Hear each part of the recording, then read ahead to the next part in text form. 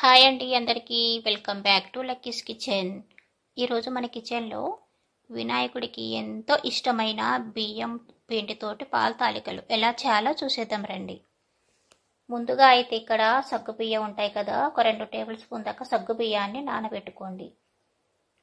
సగ్గు బియ్యాన్ని ఒక పావు గంట సేపు నానబెట్టుకుంటే సరిపోతుంది.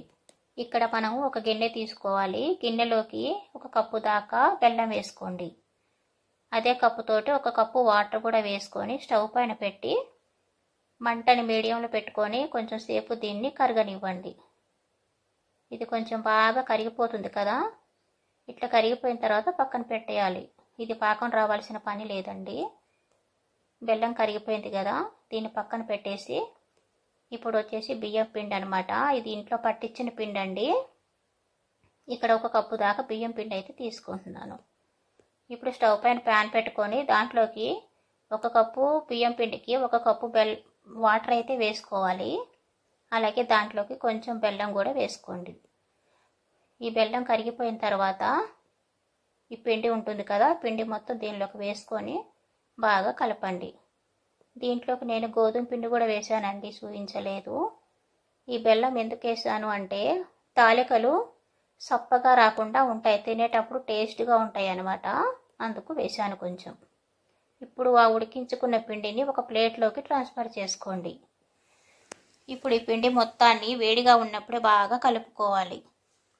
చల్లగా అయిపోతే అంతా జిగట పోతుంది కదా, ఇప్పుడు కలుపుకోవాలన్నమాట. ఇలా సాఫ్ట్గా వచ్చేలాగా కలపండి. ఇలా కలుపుకున్న తర్వాత ఇదిగో ఇలా ముద్దలాగా వస్తే సరిపోతుంది.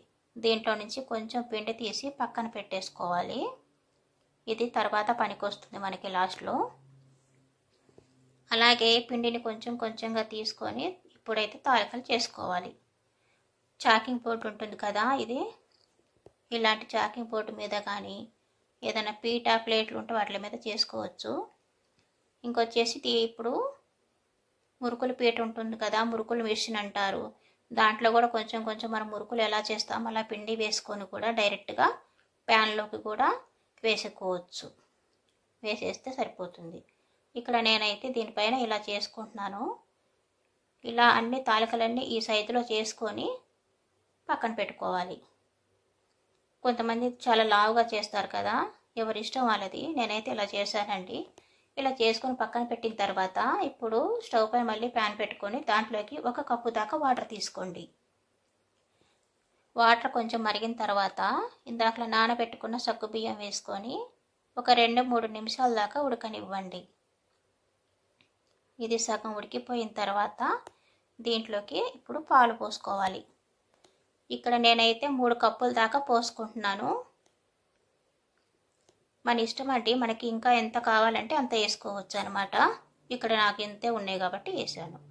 ఇప్పుడు ఇది సగం ఉడికిన తర్వాత దీంట్లోకి ఇప్పుడు ఇందాక చేసి పెట్టుకున్న తాలికలు ఉన్నాయి కదా, ఇవన్నీ కొంచెం కొంచెంగా మెల్లగా వదలండి.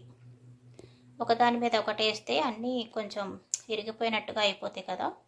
ఇలా విడివిడిగా మెల్లగా వేసుకొని ఒక 2-3 నిమిషాలు దాన్ని కలపకుండా ఉడకనివ్వాలి. ఇలా కొంచెం సేపు ఉడికిన తర్వాత కలుపుకోండి. ఇప్పుడైతే బాగుంటుంది. అది పక్కన ఉడుకుతూ ఉంటుంది కదా, ఇక్కడ స్టవ్ పైన మరో కళాయి పెట్టుకొని దీంట్లోకి 2 టేబుల్ స్పూన్ దాకా నెయ్యి వేసుకోండి. ఇప్పుడు దీంట్లోకి డ్రై ఫ్రూట్స్ ఉంటాయి కదా, ఇవన్నీ వేసుకొని వేయించుకోవాలన్నమాట. ఇక్కడ నేనైతే వెండి కొబ్బరి, జీడిపప్పు, కిస్మిస్లు వేసుకుంటున్నాను. ఇది కొంచెం దూరగా వేగిన తర్వాత దీన్ని పక్కన పెట్టేయండి. ఇప్పుడు తాలికలు వచ్చేసి ఇది ఉడికిందో లేదో ఒకసారి చూసుకోండి. ఒక స్పూన్ తీసుకొని ఇలా కొంచెం గట్టిగా నొక్కితే సరిపోతుంది. ఇలా ఇరిగిపోయిందంటే మాత్రం ఉడికినట్టే. ఇప్పుడు ఇందాక తీసి పెట్టుకున్నాను కదా కొంచెం పిండి పక్కకి, ఆ పిండిని ఒక గిన్నెలోకి తీసుకొని నీళ్లు పోసి కొంచెం లూజ్గా కలపండి. ఇప్పుడు ఈ పిండిని ఆ తాలికలు ఉన్నాయి కదా దాంట్లోకి వేసుకొని కొంచెం బాగా కలపండి. ఈ పిండి ఇలా కలిపి వేస్తే పాల తాలికలు చిక్కగా ఉంటుందన్నమాట, బాగుంటుంది. ఇప్పుడు ఇందాకలా వేడి చేయించి పెట్టుకున్న డ్రై ఫ్రూట్స్ అన్నీ కూడా నెయ్యితో సహా వేసేయండి. ఇలా వేసుకున్న తర్వాత కొంచెం సేపు మెల్లగా కలపండి. ఇది కలుపుకున్న తర్వాత కొంచెం నెయ్యి అంతా బాగా పడుతుంది కదా, మరొకసారి బాగా కలపండి. ఇప్పుడు ఇందాకలే వేడి చేసి పెట్టుకున్న బెల్లం నీళ్ళు ఉన్నాయి కదా, ఇది కూడా స్టవ్ ఆపిన తర్వాత వేసుకోండి. మంట మీద ఉన్నప్పుడు మాత్రం వేయకండి, పాలు విరిగిపోతాయి కదా. ఇలా స్టవ్ ఆపుకొని నీళ్ళు కూడా బెల్లం నీళ్ళు పోసుకొని ఒకసారి బాగా కలపండి. ఇంతే అండి, బెల్లం పాలు తాలికలు రెడీ అయిపోయింది. ఈ పండగకి తాలికలు ఉండ్రాలు అంటే వినాయకుడికి చాలా ఎంతో ఇష్టం అనమాట. ఎవరింట్లోనైనా ఇప్పుడు ఇదే పెడతారు ఆ దేవుడికి. బుజ్జి గణపతికి వినాయకుడి పండుగ శుభాకాంక్షలు.